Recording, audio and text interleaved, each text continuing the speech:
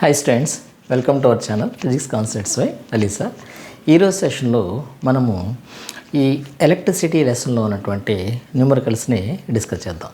ఈ ఎలక్ట్రిసిటీలో న్యూమరికల్స్ని డిస్కస్ చేయాలంటే మొట్టమొదట మనకి ఈ టాపిక్లో ఉన్నటువంటి ఫార్ములాస్ అన్ని తెలిసి ఉండాలి. సో మొట్టమొదట ఏమేమి ఫార్ములాస్ని మనము ఈ న్యూమరికల్స్లో వాడతా అన్నదాన్ని చూద్దాం. సో దాంట్లో మొట్టమొదట వచ్చేటప్పటికల్లా కరెంట్ ఉంటుంది. Current I is equal to charge by time. ఆ తర్వాత potential difference is equal to W/Q. ఆ తర్వాత మనకి ఓమ్స్ లా వస్తుంది. సో ఓమ్స్ లా నుంచేసి మనకి V is equal to IR. దీన్ని మనకి ఇక్కడ I is equal to V/R అవుతుంది, R is equal to V/I అవుతుంది. దీన్ని మనం ఒక మ్యాజిక్ ట్రయాంగిల్తో మనము డిస్కస్ చేయొచ్చు. ఇట్లా తీసుకుంటే మనకి ఇక్కడేమో ఇది మల్టిప్లికేషన్.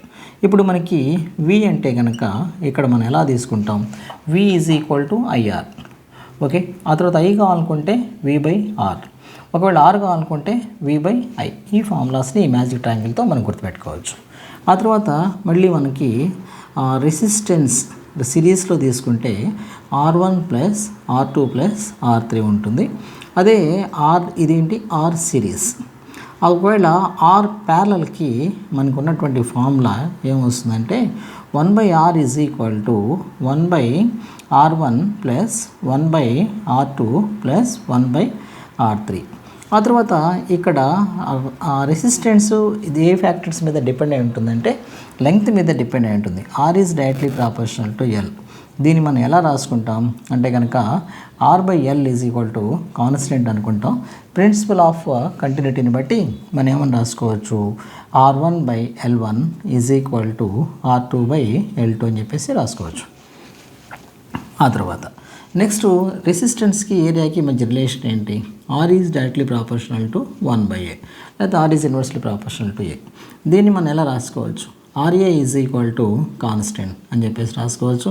దీన్ని మనం ఇంకా R1A1 is equal to R2A2 అని చెప్పేసి రాసుకోవచ్చు. ఇక్కడ ఏరియా అంటే కనుక సో πr².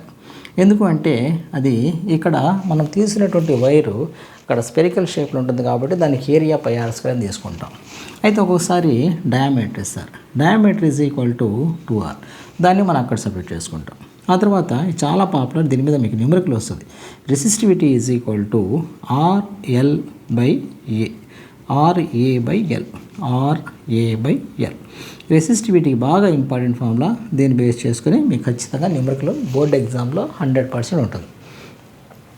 సో ఇది ఎలా వచ్చింది మనకి అంటే కనుక ఈ ఫార్ములా నుంచి వస్తుంది. R is equal to, so ఇక్కడ R ఈజ్ ఈక్వల్ టు మనకి ρ ఇంటూ L/A. సో ఈ రో నీటి తీసుకొస్తే మనకి ఆ ఫార్ములా అనేది అలా వస్తుంది. ఓకే, ఆ తర్వాత రెసిస్టివిటీ అయిపోయిన తర్వాత మళ్ళీ మనకి నెక్స్ట్ ఇక్కడ పవర్ గురించినటువంటి ఫార్ములాస్ ఉంటాయి. Power is equal to rate of doing work W/T. ఇక్కడ దీన్ని బట్టేసి మనకి work is equal to P into T. Work అన్నా కూడా ఎనర్జీ అన్నా ఒకటే. మనకి what is the energy, calculate the energy అంటే పవర్ ఇచ్చేస్తే టైం ఇచ్చేస్తే మనం ఎనర్జీ కనుక్కోమంటే మనం వర్క్ కనుక్కుంటే సరిపోతుంది. బికాస్ ద వర్క్ అన్నా కూడా ఎనర్జీ అన్నా మనకి ఒకటే ఫార్ములా కింద వస్తుంది. ఆ తర్వాత మళ్ళీ మనకి నెక్స్ట్ ఈ పవర్ కొన్నటువంటి formulas P is equal to VI. ఇది చాలా పాపులర్ ఫార్ములా. ఇప్పుడు మనకి ఓమ్స్ లా మనకి ఏమి వస్తుంది, ఓమ్స్ లా అంటే కనుక V is equal to IR. So V బదులుగా IR రాయండి, అప్పుడు ఫార్ములా ఈ విధంగా మారుతుంది. P is equal to V బదులుగా I²R. ఆ తర్వాత V ఈజ్ ఈక్వల్ టు ఇక్కడ ఇంకో ఫార్ములా చూద్దాం. ఇక్కడ మనకి V is equal to IR నుంచేసి మనము ఇక్కడ ఐకి ఫార్ములా తీసుకుందాం. I is equal to V/R. అప్పుడు Pకి ఏమవుతుంది, P ఈజ్ ఈక్వల్ టు VIలో ఇక్కడ V ఇంటూ V/R, I బదులుగా V/R అద్దాం. So P is equal to V²/R. So ఇవన్నీ మనకి ఈ టాపిక్లో ఉన్నటువంటి ఫార్ములాస్. ఓకే, ఈ ఫార్ములాస్ అన్నిటి మీద బేస్ చేసుకుని మనకి న్యూమరికల్స్ వస్తుంటాయి. ఇప్పుడు దీంతో పాటుగా మనకి ఒక్కొక్కసారి న్యూమరికల్ చూసినప్పుడు మనకి కన్ఫ్యూషన్ ఉంటుంది, మన డేటా కరెక్ట్ రాస్తున్నామా లేదా. డేటా కరెక్ట్ రాకపోతే న్యూమరికల్ రాంగ్ వస్తుంది.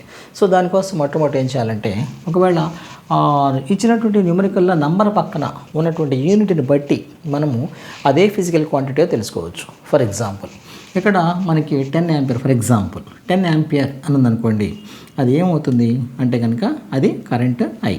ఒకవేళ 10 వోల్ట్స్ అని ఉంటే కనుక, అంటే ఇక్కడ నెంబర్ ఏదో ఒక ఎగ్జాంపుల్గా చెప్తున్నాం, 5 వోల్ట్స్ 10 ఏదైనా కావచ్చు, న్యూమరికల్ వాల్యూ ఏదైనా కావచ్చు.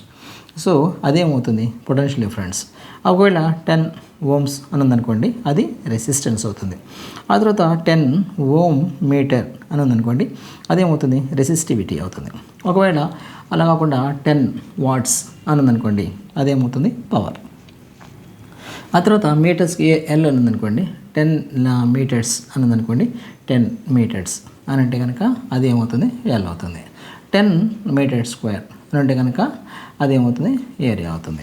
ఆ తర్వాత ఇక్కడ చాలా ఇంపార్టెంట్ విషయం ఏంటంటే, ఇప్పుడు ఒక న్యూమరికల్ చేసేటప్పుడు మొట్టమొదట బేసిక్ మెథడ్ ఏంటంటే అన్ని ఫిజికల్ క్వాంటిటీస్ ఒకే యూనిట్స్లో ఉన్నాయో లేవో చూసుకోవాలి. ఒకే యూనిట్స్ అంటే బేసికల్గా మనం 2 సిస్టమ్స్ ఆఫ్ యూనిట్స్ వాడుకుంటాం. ఒకటేమో ఎంకేఎస్ సిస్టమ్, ఇంకోటేమో సిజిఎస్ సిస్టమ్. ఉన్న అన్ని న్యూమరికల్స్ ఎంకేఎస్ సిస్టమ్ అంటే ఎస్ఏ సిస్టమ్ కూడా అనుకుంటాం. ఇక్కడ అన్ని న్యూమరికల్స్ ఒకే సిస్టంలో ఉన్నాయో లేవో చూసుకుంటాం. ఒక చిన్న ఎగ్జాంపుల్ వద్దాం. ఇది చాలా ఫ్రీక్వెంట్గా వస్తున్నట్టు ఒక న్యూమరికల్ ఇది. సో ఒకవేళ మనకి ఇక్కడ లెంగ్త్ ఏమో 10 మీటర్స్లో ఇచ్చారు. ఆ తర్వాత మనకి రేడియస్ ఏమో 10 మిల్లీమీటర్స్లో 10 మిల్లీమీటర్స్ తీసుకుందాం. 10 మిల్లీమీటర్స్ ఇచ్చారనుకోండి, అప్పుడు ఏం చేయాలి? అన్నిటిని కూడా ఒకటే సిస్టంలో తీసుకోవాలంటే కనుక మిల్లీమీటర్స్ని కూడా మనం మీటర్స్లో కన్వర్ట్ చేసుకోవాలి. సో సమ్ బేసిక్ మ్యాథమెటిక్స్ అనేవి మనకు తెలిసి ఉండాలి. మిల్లీమీటర్స్ని మీటర్స్లోకి ఎలా కన్వర్ట్ చేస్తాం అంటే కనుక 1 metre is equal to 100 centimetres. ఆ తర్వాత 100 into 1 centimetre is equal to 10 millimetres. So అప్పుడు మొత్తం మనకి ఎంత వస్తుంది? ఎన్ని జీరోస్ ఉన్నాయి? 3 జీరోస్ ఉన్నాయి. So 1000 millimetres. దీన్ని ఎలా రాసుకోవచ్చు అంటే కనుక 10 క్యూబ్ మిల్లీమీటర్ అని చెప్పేసి రాసుకోవచ్చు. So 1 metre is equal to 1 millimetre ఎంత అవుతుంది? అప్పుడు దీన్ని ఇటువైపు తీసుకొస్తే అదేమవుతుంది? 10⁻³ మీటర్స్ అవుతుంది. అప్పుడు రేడియస్ ఎంత అవుతుంది?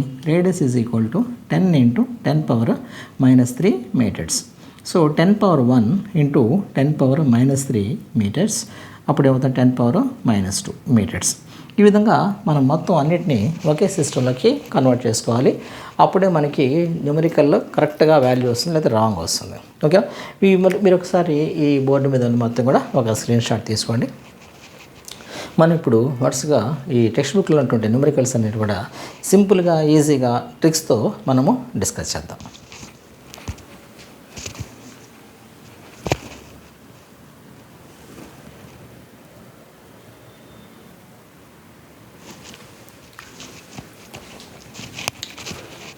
సో ఇక్కడ న్యూమరికల్స్ చూద్దాం.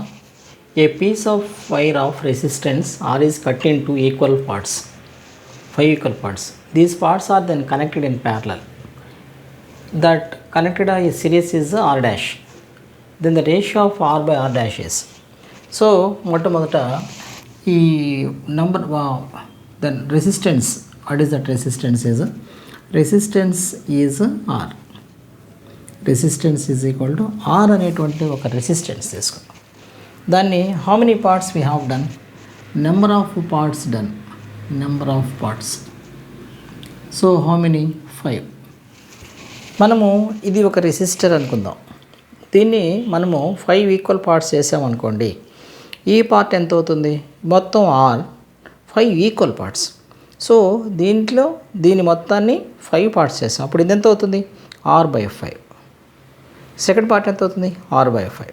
అట్లా మొత్తం ఎన్ని రెసిస్టర్స్ ఉన్నాయి? 5 రెసిస్టర్స్ ఉన్నాయి. అప్పుడు R1 ఈజ్ ఈక్వల్ టు ఏమవుతుంది అంటే కనుక R/5. R2 ఎంత అవుతుంది? R/5. అట్లా R3 is equal to R/5. R4 is equal to ఏమవుతుంది? R/5. Even R5 also R/5. So రెసిస్టర్ని తీసుకొని దాన్ని 5 ఈక్వల్ పార్ట్స్ చేస్తే each part is equal to R/5. అట్లా వస్తుంది. ఈ మొత్తాన్ని ఎలా కనెక్ట్ చేసాం? They're connected in parallel. ప్యారలల్కి ఫార్ములా ఏంటి? 1/R is equal to 1/R1 plus 1/R2. ఎందుకని? 5 రెసిస్టర్స్ ఉన్నాయి కదా, ఈ విధంగా తీసుకుంటాం. 1/R4 plus 1/R5. So 1/R is equal to R value ఎంత ఉంది, r/5. దాన్ని రెసిప్రోకల్ అవుతుంది కదా, అందువల్ల 5/r plus 5/r plus 5/r plus 5/r plus 5/r మొత్తం ఎంత అవుతుంది. సో డినామినేటర్ తీసుకుంటే మనం ఎల్సిఎం r తీసుకుంటాం, అప్పుడు ఎల్సిఎం మొత్తం కలిపి ఎంత వస్తుంది, అది 25/r. ఇదేంటి ఇక్కడ జనరల్గా మనం చేసే మిస్టేక్, ఇక్కడ మనం చేసింది 1/r, r కాదు, రైట్, r ప్యారల్ కాదు. అప్పుడు r ప్యారల్ ఎంత అవుతుంది, సో అప్పుడు మనకి రెసిప్రోకల్ తీసుకోవాలి. r parallel is equal to ఎంత వస్తుంది అంటే రెసిప్రోకల్ తీసుకోవాలి, r/25. సో మనం ఇప్పుడు r దీన్ని మనం అనుకుందాం, r ప్యారల్ని r డాష్ అని చెప్పేసి అనుకుందాం యాజ్ పర్ ద న్యూమరికల్. ఓకేనా, r ప్యారల్ r డాష్ అనుకుంటాం. ఇప్పుడు మనం ఏం కనుక్కోవాలి, r/r డాష్. సో ఇక్కడ r/r డాష్ ఇద్దాం, r/r డాష్. r అంటే కనుక యాక్చువల్గా r తీసుకుంటాం బై r/25. దీన్ని రెసిప్రోకల్ చేస్తే ఏమవుతుంది, ఇది r ఇంటూ 25/r అవుతుంది. సో ఇప్పుడు మనకి ఎంత వస్తుంది, r క్యాన్సిల్ అవుతుంది, మనకి ఎంత మిగులుతుంది రేషియో అంటే కనుక 25. దాన్ని మనం 25 ఒకవేళ మనకి ఆప్షన్స్లో ఎక్కడ ఎంసీక్యూస్లో ఇస్తే 25:1 అంటే అప్పుడు 25:1 కూడా తీసుకోవచ్చు. ఓకేనా, right. So the next one, an electric bulb is rated 220 volts and 100 watts. When it is operated on 110 volts, the power consumed will be. So మనం దీనికోసం ఏం చేద్దామంటే ఇక్కడ పొటెన్షియల్ డిఫరెన్స్కి ఆ తర్వాత పవర్కి మధ్య ఉన్న ఒక రిలేషన్ని మొట్టమొదట మనం తీసుకుంటే అప్పుడు మనం ఈజీగా చేయొచ్చు. దానికోసం మొట్టమొదటి ఏం చేద్దాం, P is equal to V²/R అనేటువంటి ఎక్స్ప్రెషన్ తీసుకుని దీని వచ్చేసి మనం ఏం చేయొచ్చు అంటే కనుక ఇక్కడ మనకి ఈ రెండింటి కూడా ఒకటే బల్బ్ ఉంది కాబట్టి దానికి an electric bulb is rated when it is operated, ఒకటే బల్బ్ ఉంది కాబట్టి దాని రెసిస్టెన్స్ కాన్స్టెంట్గా ఉంటుంది. అందువల్ల ఇది వేరియబుల్ అవుతుంది, ఇది వేరియబుల్ అవుతుంది. అన్ని వేరియబుల్స్ని ఒకవైపు తీసుకుందాం, అప్పుడు మనకి ఏమొస్తుంది, దీన్ని క్రాస్ మల్టిప్లికేషన్ చేస్తే అప్పుడు మనం క్రాస్ మల్టిప్లికేషన్ చేసి కేవలము దీన్ని మాత్రం ఇడే తీసుకుందాం. సో క్రాస్ మల్టిప్లికేషన్ ఉంది ఇట్లా తీసుకుందాం. ఇక్కడ మనం తీసుకుంటే అప్పుడు మనకి ఏమొస్తుంది, P/, so V² is equal to R అవుతుంది. ఇక్కడ R అనేది constant according to the principle of continuity. ఇక్కడ మనకి AB ప్రిన్సిపల్ ఆఫ్ కంటిన్యూటీ ప్రకారం AB is equal to constant అయితే మనం దాన్ని ఏమని రాసుకోవచ్చు, A1B1 is equal to A2B2 అని రాసుకోవచ్చు. A/B కాన్స్టెంట్ అయితే కనుక దాన్ని A1/B1 is equal to A2/B2 అని చెప్పేసి రాసుకోవచ్చు. సో ఆ ఫార్ములా ప్రకారం మనం దీన్ని ఎలా రాసుకోవచ్చు అంటే కనుక ఇక్కడ మనము దీన్ని ఇట్లా చూద్దాం ఒకసారి ఎలా రాసుకోవచ్చు. ఇది కాన్స్టెంట్ అని తీసుకుంటున్నాం కాబట్టి P1/V1² is equal to P2/V2² అని రాసుకోవచ్చు కదా. ఓకే, ఈ ఫార్ములా తీసుకొని ఒక నిమిషం మనకున్నటువంటి ఏమేమి ఉంది డేటా అన్నది చూద్దాం. సో దీన్ని మనము 220 volts ఉంది, దాన్ని మనం ఏమనుకుందాం, V1 is equal to 220V. ఇదేంటి power, P1 is equal to 100 watts. ఆ తర్వాత ఇంకా ఏమి ఇచ్చారు అంటే కనుక ఇంకొక వోల్ట్స్ ఇచ్చారు potential difference. So V2 is equal to 110 volts. మళ్ళీ ఏం కనుక్కున్నారు, P2 కనుక్కున్నారు. సో ఫ్రమ్ దీని వచ్చేసి మనము P2కి ఒక ఎక్స్ప్రెషన్ తీసుకుందాం. క్రాస్ మల్టిప్లికేషన్ చేస్తే ఇప్పుడు P2V1² is equal to P1V2² cross multiplication. మనకు కావాల్సింది P2 కదా. సో అప్పుడు మనం P2 is equal to P1V2² దీన్ని ఇటు తీసుకొస్తాం V1² అవుతుంది. అప్పుడు మన వాల్యూస్ని సెపరేట్ చేద్దాం. P1 వాల్యూ ఎంత ఉంది మనకి అంటే కనుక 100. V1 వాల్యూ ఎంత ఉంది 220² కాబట్టి డైరెక్ట్ రాసేద్దాం. 220 × 220 బై V1² ఎంత ఉంది మనకి అంటే కనుక V2². So V1² sorry V2² 110 కదా, 110² అంటే 110 × 110 బై